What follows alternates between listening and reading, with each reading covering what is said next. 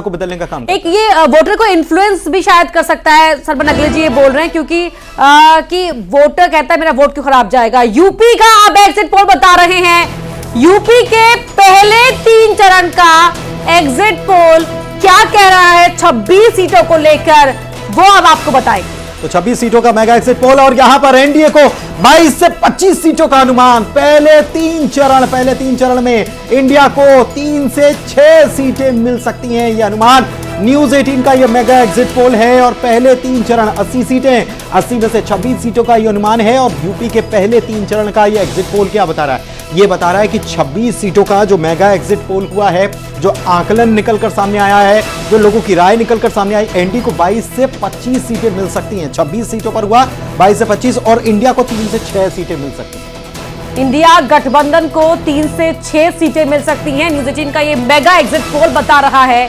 UP के लिए पहले 3 चरण का एग्जिट पोल, क्योंकि 7 चरणों में देश में चुनाव हुए और 7 चरणों में ही यूपी की 80 सीटों पर लोकसभा चुनाव की प्रक्रिया संपन्न हुई। और बिहार से भी आ रही है खबर, बिहार से भी आ रही है। न्यूज 18 के मेगा एग्जिट पोल जो है, इसमें बिहार की तस्वीर क्या बोल रही है? बिहार के भी पहले 3 चरण का ये एग्जिट पोल अभी इस वक्त हम आपको बता रहे हैं, क्योंकि बिहार में भी आज वोटिंग थी। बिहार की 14 सीटें जो हैं, इसका मेगा एग्जिट पोल। बिहार का मूड क्या है, जनता ने क्या माना है, अनुमान क्या है? एनडीए को यहां पर 10 से 13 सीटें मिलने का अनुमान है। देखिए 16 में से 10 से 13 सीटें और इंडिया को 3 से 6 सीटें यहां पर भी मिल सकती हैं। पहले 3 चरण का यह अनुमान।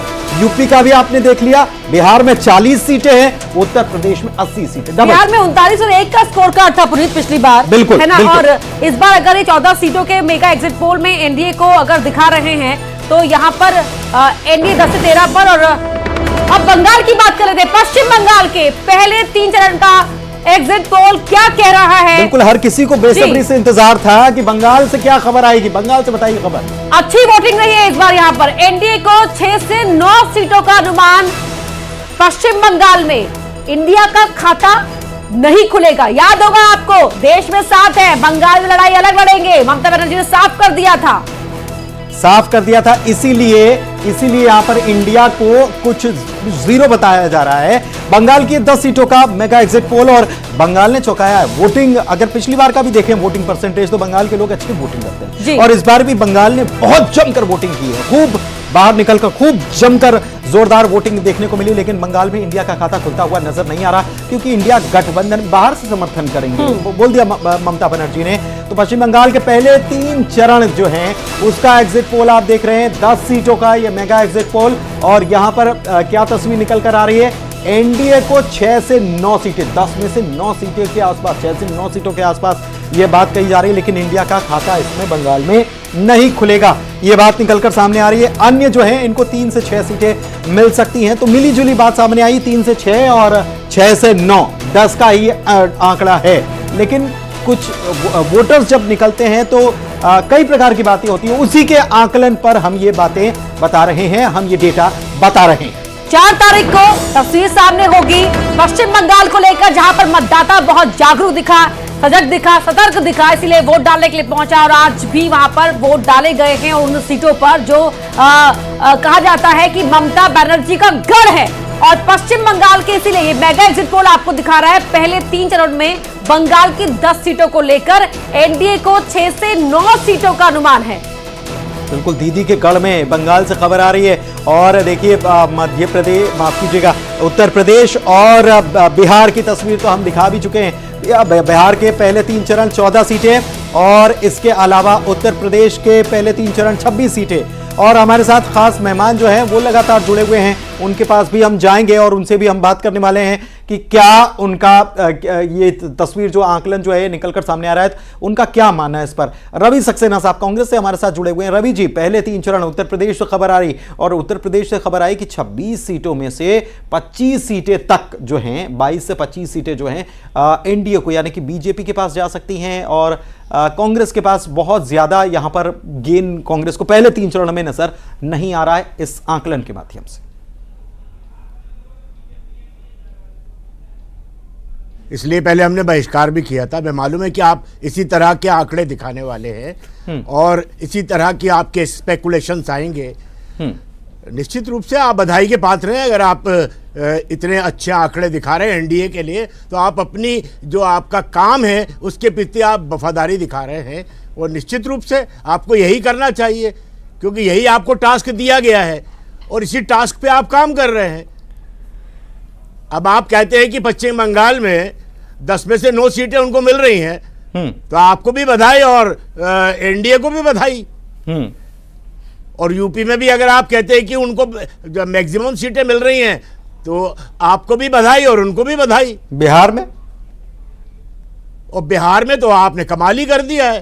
तो बिहार, बंगाल, यूपी सब जगह अगर वही काम हो रहा है, सर, और बिहार आपने में तो 3 से दक्षिण 6 उनको दे दिए। इंडिया गठबंधन को दिखा रहे हैं। बिहार में 3 से 6 इंडिया गठबंधन को दिखा रहे हैं हम 14 सीटों में से। सुन तो लीजिए, सुनते लीजिए।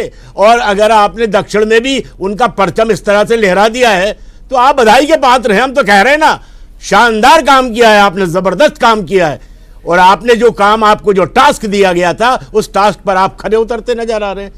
पर मेरा आपसे अनुरोध है, 4 तारीख का थोड़ा सा इंतजार कर लीजिए, क्योंकि 4 तारीख को ही मालूम पड़ेगा कि जो आपको टास्क दिया था उस पर आप कितने खरे उतरे हैं। शर्मन नगेले जी ने कहा, ये जो काम है, ये काम केवल लोगों को दिग्भ्रमित करने का है, स्पेकुलेशंस हैं। आप अपने मनमाफिक रिजल्ट दिखाने की कोशिश करते हैं। मैं समझता हूं पति भी अपनी पत्नी को नहीं बताता है कि उसने किसको वोट दिया, और लोग आपको अभी रिजल्ट, अभी मतदान 5 बजे खत्म हुआ है और आपके पास रिजल्ट आ गए, और आपने तो एकदम जोर जोर से चिल्लाना चालू कर दिया कि एनडीए की सरकार बन रही जा रही है। रवि साहब, तो बहुत बधाई आपको। इसी बात पर रवि सक्सेना साहब, इसी बात पर मुझे 2 दिन पहले का ट्वीट याद आता है, जो कि अभी कुछ देर पहले इसका फिर से जिक्र किया था। मुझे लग रहा था कि शायद बार बार इसका जिक्र करना पड़ेगा, अपर्णा, फिर से जिक्र करना पड़ रहा है। 332 सीटें आपने फाइनल सर्वे में दे दी। पति अपनी पत्नी को नहीं बताता, कांग्रेस को बता देता है। ठीक है, न्यूज़ 18 मेगा एग्जिट पोल में बड़ी खबर इस वक्त आपको बता रहे हैं। एग्जिट पोल है, बार बार ये कह रहे हैं, मध्य प्रदेश की 29 सीटों का एग्जिट पोल आ रहा है और बीजेपी को 26 से 29 सीटें मिल सकती है। ये बहुत बड़ी खबर इस वक्त आपको बता रहे हैं।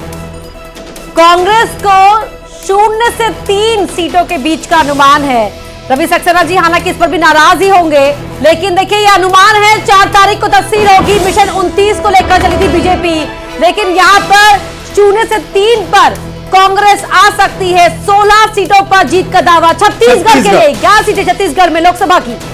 छत्तीसगढ़ का क्या है, बीजेपी को 9 से 11 सीटें मिल सकती है, यानी कि पिछला क्या रिपीट हो जाएगा। कांग्रेस को 0 से 2 सीटों का अनुमान है, पिछला भी कुछ यही था, 9 और 2 का था। न्यूज़ 18 का ये एग्जिट पोल है, हैशटैग न्यूज़ 18 एग्जिट पोल। बार बार हम ये कह रहे हैं, एग्जिट पोल है, अनुमान है। लोगों से बातचीत की, लोगों ने क्या कहा उसको हम दिखा रहे हैं। छत्तीसगढ़, मध्य प्रदेश, दोनों का डेटा आ गया जी।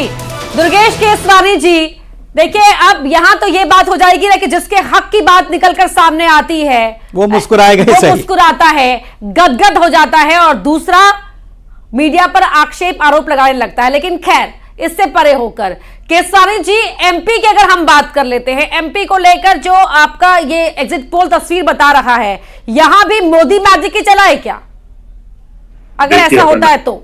सबसे पहले तो मैं जो आंकड़े आप पेश कर रहे हैं उनका सम्मान करता हूं, और निश्चित ही आप देखेंगे कि एमपी के मन में मोदी और मोदी जी के मन में एमपी, जो हमारी ये टैगलाइन थी, ये स्लोगन था हमारा, उसको जनता ने भरपूर आशीर्वाद दिया। हम 23 की चुनाव की बात करें तो कांग्रेस का टुकड़ा साफ हो गया, और अभी आप 26 से 29 बता रही हैं, हम 29 पे ही रुकेंगे, क्योंकि हमने जनता 24/7 365 दिन 500 साल जनता के बीच में रहने वाले लोग हैं, और जब हम जनता के साथ रहते हैं, जनता हमें लाड़ प्यार दुलार आशीर्वाद देने का काम करती है, और हम इस बार मिशन 29 को लेकर जनता